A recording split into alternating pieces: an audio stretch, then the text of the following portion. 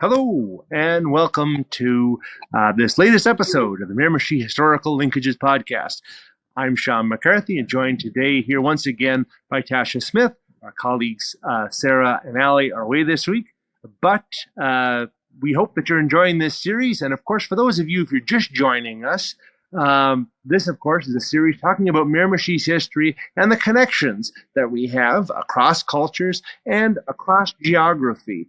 And I would encourage you, if this is your first episode, have a look at some of the episodes that we've done lately. We've had some really great episodes, some really great guests. Judy Bowman, Joel Ward, Cindy Rule. And today we have two more really interesting and exciting guests. Heck of a segue right there. We're joined today by the Miramichi Historical Society's Barbara MacIntosh and Charlotte Loggie. Welcome, and thanks very much for joining us today. Thank you, Sean. Thank you. So, why we're here, of course, is to speak a little bit about your work on the architect William Murray and the work that you've done, looking at his influence here in the area, and also some of the recognition that you've gotten internationally. So, as you say, we'd like to begin with maybe for those of us who are maybe not as familiar with Murray's work, right? Or like me, who are kind of familiar with the name, but maybe not the extent and of his architectural achievements here in the Miramichi. Maybe you can give us a little bit of an introduction on Murray and how you get interested in doing research on him. Okay. I think my first interest in the society's interest came about when Dr. Patterson came from Fredericton and talked about the aftermath of the fire of 1812 and how New Brunswick recovered architecturally. And most important in the Miramichi was William Murray, who happened to be a working carpenter and architect at the time. He had come from Scotland in 1819 as a 30-year-old, obviously very well versed in his craft because he went to work right away and was around, of course, when the fire happened and burned the buildings, and he was in position to take up the work to reconstruct the Miramichi in part.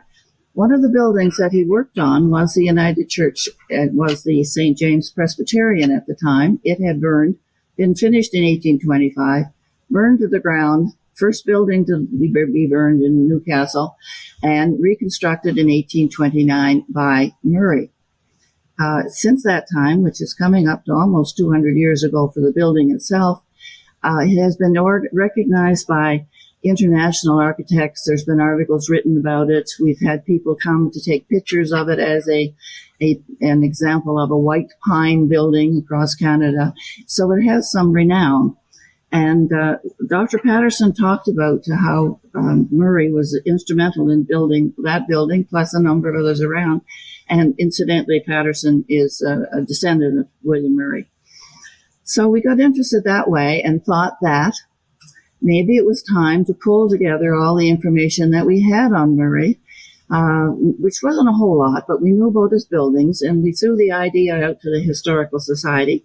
Charlotte took up the challenge with me, and we've been working on it ever since. We did research, we have visited the buildings, we have talked to people, and our first idea was a calendar as a fundraiser, perhaps, for the society. And but as soon as we got into the research, we realized we had far more than a calendar on our hands. Excuse me. And so we moved on to a small brochure. Again, looked at what we had, thought, we got more than that. So we ended up with a booklet that I think it's 10 pages long or something. Anyway, this is what it looks like now, and it's available locally at the from the society and at the tourist things, but that's for later. In the course of doing the research for the booklet, we contacted Scotland, where Murray had been born, the Historical Society there, who promptly got back to us with all kinds of information, which we were thrilled to receive. And then a week or so later, we got another request for them, and I'm going to let Charlotte talk about that request. Yeah, it was quite interesting to hear back from Peebleshire, which is where Murray was born. His father was a shepherd, which we found out and was very interesting. And William was one of several children who grew up in the area and was a craftsman from quite a young age on. And this organization called the Family History Society that lives in the Borders area of Scotland. They're down near Edinburgh and Glasgow. And they asked us to write an article for their magazine. And their magazine looks like this. And it's quite a comprehensive publication, comes out about 3 or 4 times a year.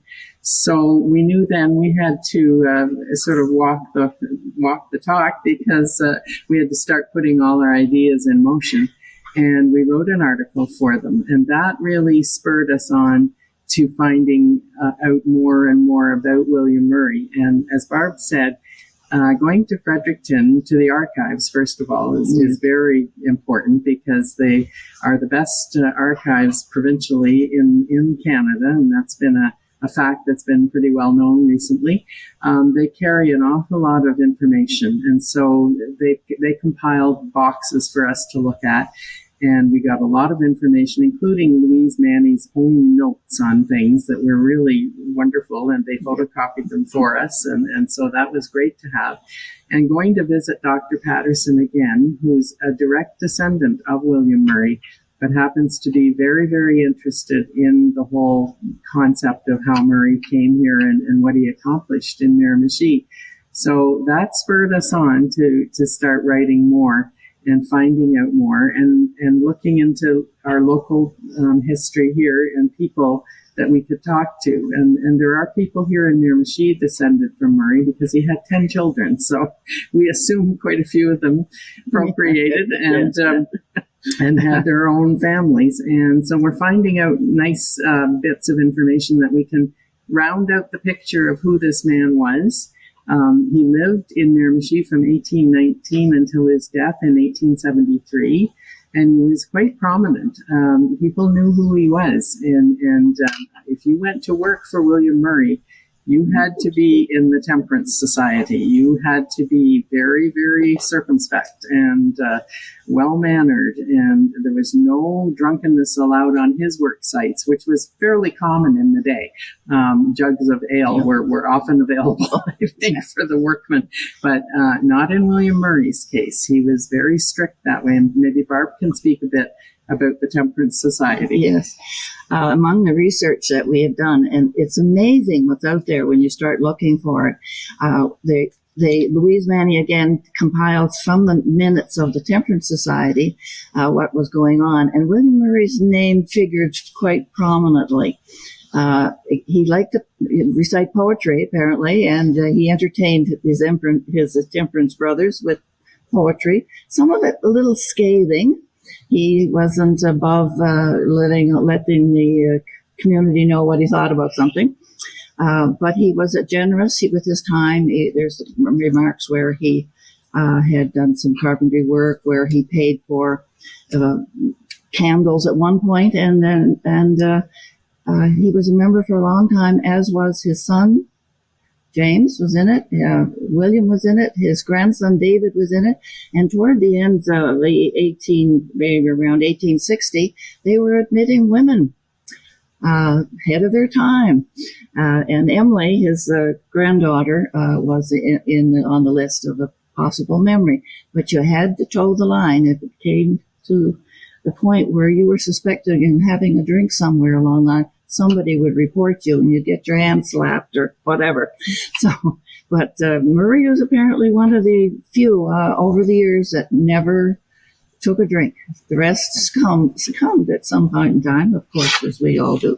And the society was a fairly vocal one and a large one, and ended up with branches in Douglastown and another one upriver. Now, of course, they're not around anymore. Times have changed. But they were a force to be reckoned with in the community. One thing I'd like to draw attention to as well, people might not realize some of the buildings they drive past or walk past every day that Murray built. And the first one is his own home, which has been restored beautifully down on Ritchie Wharf. And that little house that's now a visitor information center was the home he built for himself and his family in 1826, right after the fire. And Barb was just mentioning this morning that we originally thought his first home, which was in Bushville, had burned during the fire, but it didn't. It was burned prior to the fire. So he lost his home, and he must have been thinking, I should rebuild at some point, but he got so busy with the post-fire construction, it was put off a little bit, but he did build this charming home that sits there now at Ritchie Wharf Municipal Park. And we are so relieved to see the restoration did not include tearing out the interior design, because that's all Murray's work inside. Archways and decorations and cabinetry and various things that are features of that little home are all intact. So that is a very good thing. Yeah. And we're very, very happy about that. So that's the primary place to start. If a person was going to do a Murray tour, start with his own home, which is at Ritchie Wharf. And then you can carry on. And that's what this booklet was produced for. It was to guide people through the various homes and buildings that he's responsible for. And as Barb mentioned, the church. And then what was first the old county courthouse, now a daycare center on Campbell Street, built in a very plain sort of Georgian style. But Murray really outdid himself with the doorway. So, if you want to go and look at some beautiful architectural details, the doorway will show you. We have some pictures of the interior at Murray House, which I spoke about earlier, the archways and things like that are very prominent.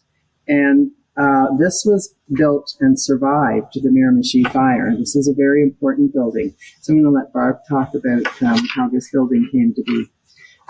This is St. Paul's Anglican in Bushville, which is standing there on the hill and with the graveyard surrounding it, and celebrated its 200th anniversary this particular year. And it was one of the first ones that Murray built. And it has the features that you see on a lot of with the pointed Gothic windows. And if you go in and look at the little description on that, we'll give it to you. But it's a classic Murray place. Attention to detail. He was really good at paying attention to the small little details. And the small little details, it's amazing how they become part of the whole. And if even one disappeared, it changes the aspect. And but the fire part, it was interesting. Sadly, when the Miramichi fire swept across the river and into Bushville and burned a number of houses, then there was a man named Mr. Jackson, member of the congregation, who, along with others, kept the roof wet, and it didn't burn with sacks, probably burlap sacks or whatever would be around at the time. After the fire had swept through and was done, he went back to his own home, found it destroyed, and all his family were gone. Some died then, and a few others a few days later. His graveyard, along with the story about him, is in the graveyard at St. Paul's, and it's interesting. It's worth a little trip up there when the snow's gone. Yes, to have a look. And it's a poignant story, but it also gives an idea of how important churches were to people in those days. They were something that were guarded and regarded and guarded in many ways. And people must often go to the Golf and Country Club.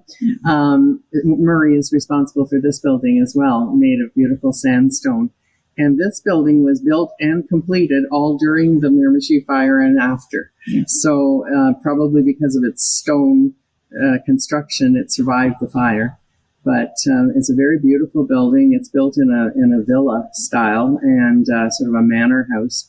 And it was very beautiful and commissioned by Judge Peters, who is also famous for having a daughter who married Joseph Kennard, but that's a whole other story. But, Judge Peters was well known in the area, And this was a very beautiful home, and Murray must have been very proud of its construction. So, we went on into Barty Bogue, another church construction, and we went to Blackville, where there's another church that Murray has built that is still there. And, various touches of Murray are still available to see around the Miramichi. Maybe Barb can speak to some of that. We've come across information that one of them, thanks to Louise Manny, there was a house up in Southwest that is classic Murray again, with the touches with the windows and the arches and the niches for the stoves and beautiful big stone fireplaces, cupboards, the whole thing. And the interior is never been touched in terms of other than a few little modern things that one must have to live in today. But when you go into it, you feel that this is a Murray house, and it's up in the Southwest. And we've also got track of another that might be downriver past Barty Bogue, and we haven't had a look at that one yet, but we're hoping to soon, and it will be interesting to see if we can pick out the details there, which we've assured there are arches and niches, and so we're looking forward to having a look at those. And some of the other points we're interested in are the life and times of William Murray, because following the Napoleonic Wars in that time period from, say, 1812 to 1820, Miramichi became a huge timber stop. It was the place they sent the timber overseas from, and Rankin was right in on all that business, of course. But they brought in people like William Murray to construct and build and use the timber. And so we're looking at the architecture of the time. We're looking at the ways of transport of the time. How did people get around in Miramichi in those early years? What were society's mores like in that time? How did people live? And, just various things to flesh out the story of why a young man would bring his wife, and at that time only one son, with him all that way. What drew him here and what kept him here. And so those are some of the interesting points we're trying to look at. Yeah. And we're also have tracked down a few little more personal items, I guess. A lot of the carpenters, when the wintertime came, of course, they couldn't work outdoors, so they constructed furniture. And we have in the museum, the New Brunswick Museum in St. John, there's 2 chairs that are attributed to Murray. And so we would think there's probably more around.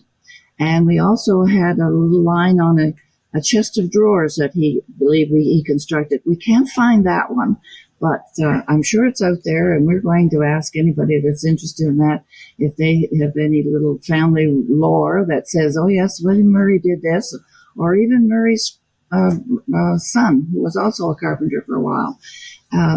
Please let us know. Mm-hmm. We found interesting things like his son-in-law's paint bag. His son-in-law was a painter and a decorator, married to one of his daughters, to Margaret. This man's name was Francis Bockler. The house that they lived in still exists, and we haven't seen the paint bag, but we've assured that it's there. Their family member has it, so we're looking forward to that. It's little stuff like that tells you how people lived, what was important to them. For instance, there's Murray and his poetry. That was obviously important to him. But we know there must be things out there, even little rumors we'd be interested in hearing about. And they always say provenance is important, but rumors are good too. That often sets you on the way to go to find it. We have some examples of Murray's poetry too, which we sent to them in Scotland. A very caustic little poem, sort of lashing out at people that thought they were going to build an extension on his beloved St. James Church. And he ends up sort of reaming them out at the end, saying, it'll cost you £1,250. So, it's something about I wouldn't even think about it. And he could get quite angry, I think, to good taste. So that's sort of interesting. And, James, his son, lived in Newcastle and ran a foundry which was pretty interesting for the times, and it had a location down near what's called the Square in Newcastle. And James himself had a beautiful big home. We do have a picture of that, which is lovely to have. And James had several children of his own, and so there's many descendants and people who have their lineage, traced back to both James and to William. And James was pretty well known in the area too for construction and for building and his iron foundry and so on. So it's just kind of nice to paint the picture of this family. I'd like to do more on the women of the family. We know very little about William's wife, but with 10 children, I know she must have been extremely busy. But we do have little tidbits about her granddaughter and some people in the family along that line. So that's been very interesting. One of the daughters married a man whose last name was Sybarite, and he became one of the first school teachers here in Miramichi. Then Margaret was married to Bockler, who Bockler, as a painter and a decorator, actually worked for Peter Mitchell at one time and did the interior decorations in one of the boats that Peter Mitchell had built in the shipyard here. The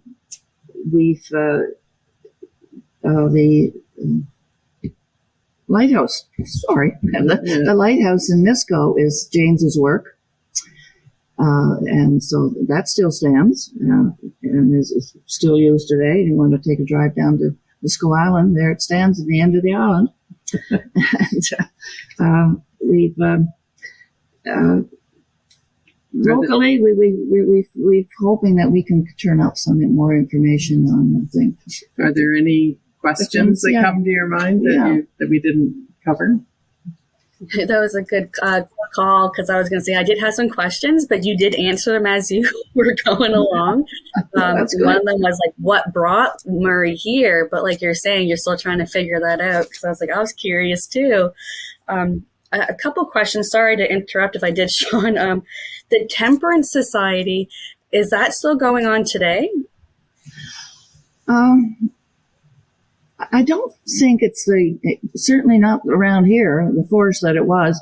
As soon as the liquor laws were loosened up and it became part of the government, no, the Temperance Society lost its impetus. I think there were too many other people that felt the other way around. And so, no, but there may be in some communities somewhere, more conservative communities than we have here. So, yeah. That's a good point. Anything else? I know that home in Nelson, they always used to say that the Temperance Society actually met across the river in Derby, because they couldn't find a place in Nelson that would allow them to meet there. So, the attitudes were pretty fraught in those days. Well, that was one of the things that I noticed in the minutes. They seem to be moving their location around within Newcastle. Takes a minute to them. I guess maybe it was a common thought. And I don't know if they had one in Chatham or not. Yeah. And didn't they say at one time there was 50-odd drinking establishments between where we're sitting here in Morrison Cove and up Curtis Point, Curtis Quarter, probably, where the mill was. There were 50-odd drinking establishments that you could wet your whistle anywhere. One connection we found, Tasha, is a minister came out, as they did in those days. They were funded through various societies in Britain, to send out the missionaries to this wilderness area. And a minister came out and was landed at the Chatham site to minister to a Presbyterian congregation. And he was from Dumfriesshire, which is just very close to where William Murray was born, Peopleshire. And William Murray was at that time living in Dumfriesshire. So this Reverend Thompson, it's believed, was almost kind of recruiting and maybe looking for fellow Scotsmen to join him in Miramichi. And so we're really working hard on that connection. And now we're going to approach Dumfriesshire and see if they have a historical society, because those people are the ones that hold the records. And so, and there's also good ships lists that we found. There's a book with Acts and Bible, it's called. And that book is all about Scottish settlement in Canada, but this one's specifically New Brunswick. And there's lots of good ships lists. So if we can hook into the ship that possibly came, in that year, and then sometimes there's even records online of manifests and whatever, we can maybe trace it to Reverend Thompson's encouragement, that maybe William Murray might like to come and be a carpenter here. So we're just trying to make that link. There's a lot of thought that all the Scots came because they were pushed out of the Highlands, and it's not so. A lot of them came with the wherewithal to look after themselves. They didn't rely on any government such as it was at the time. And encouragement, they just came because there was a job and somebody said come. And they weren't the poor people that sometimes we associate with the Highlands. He was a lowlander. He was a lowlander anyways, yeah. So they were better equipped to look after themselves, I think, than the craftsmen and the people that came from the Highlands. And the final thing we had in our notes, if we have time, is that William Murray is buried in the St. James and St. John graveyard. And Barbara has an old map that we found his plot, but he's never had a gravestone erected.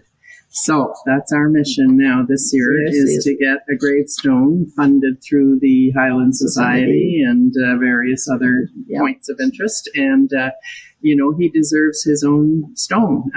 His son, James, has quite a large one in the cemetery. Yes, you can find James. We don't know why William didn't get one, but we know where he lies, so we're going to commemorate it. Maybe it was because he wrote that poetry. Maybe they didn't want it. But that, in addition to keeping on with the book, is our goal for this year. Yes, it's coming up on the 200th anniversary of the Miramichi fire, which played a significant part in Murray's life. And also, again, in 1829 will be the 200th anniversary of St. James and St. John United Church, which was St. James Presbyterian.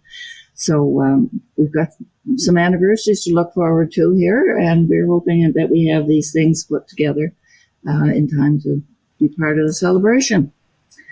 There was something else we were going to... Oh, the Historical Society. We meet regularly, and we have articles written in the Giver. We put it on the radio, and we have there's ways to reach us if you're interested in coming, and we certainly welcome everybody. And we have great speakers. We have some events planned for the spring, and we usually try to hold them in good weather so people can get out no problem. And so I'd say from April to September, or even into October, we try to plan a monthly event of some kind. So. Yes.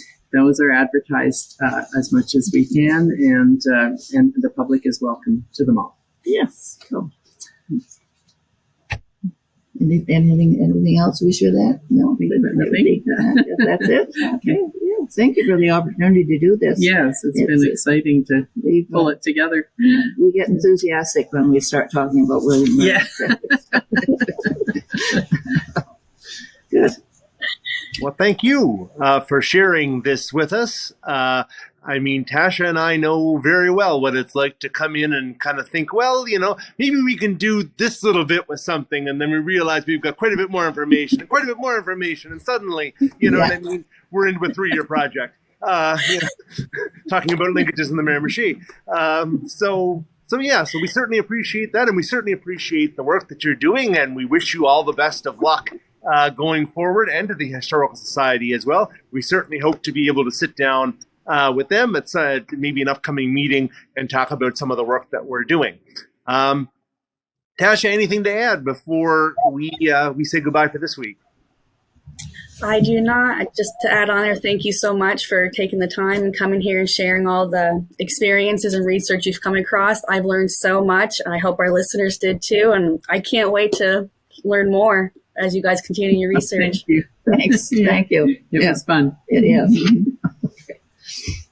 Well, from all of us then to all of you, thank you for tuning in this week, and be sure to come back next week for more information on Miramichi, its history, and how that history connects us all around the world. So thanks very much, and have a great week.